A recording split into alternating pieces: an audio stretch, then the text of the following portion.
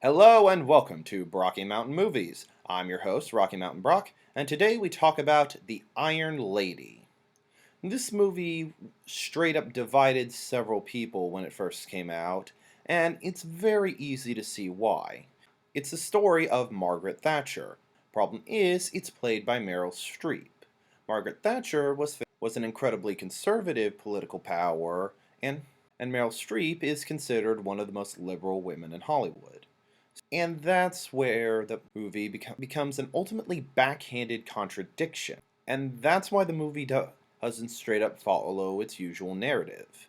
In normal cases like this, you pick a significant historical figure and highlight what made them significant.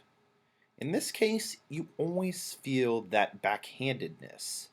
The fact that every time you try to compliment her or tell her how strong or driven she was, you have to cut back to her being very mortal and flawed. Again, if you had gone the straightforward route, this movie would have turned out a lot better.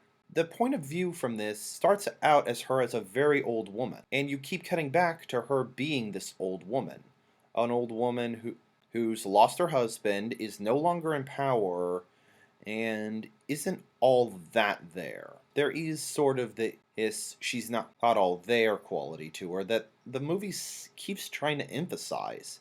There's this big metaphor that at the beginning of the movie she says she doesn't want to be the person who's washing up teacups, and at the end she washes her own teacup, pointing out that no matter how strong she was, she's still going to come back to that. And the thing about the Iron Lady that really strikes me is that, as I said before, if you just go ahead and give it the straightforward character fiction, and the movie would have been fine. But it doesn't feel like what she went through in life is her biggest obstacle. It feels like the movie is her biggest obstacle. As in, the movie refuses to show her in a positive light, and she has to overcome how the movie is presenting her rather than anything in her life that's standing in her way. And if it feels like your main character is constantly fighting against the movie, you are in deep trouble. Ergo, the final score for Iron Lady, if you were going for controversy, you did not achieve it well, or whatever idea you had, you didn't make it work to the way it is.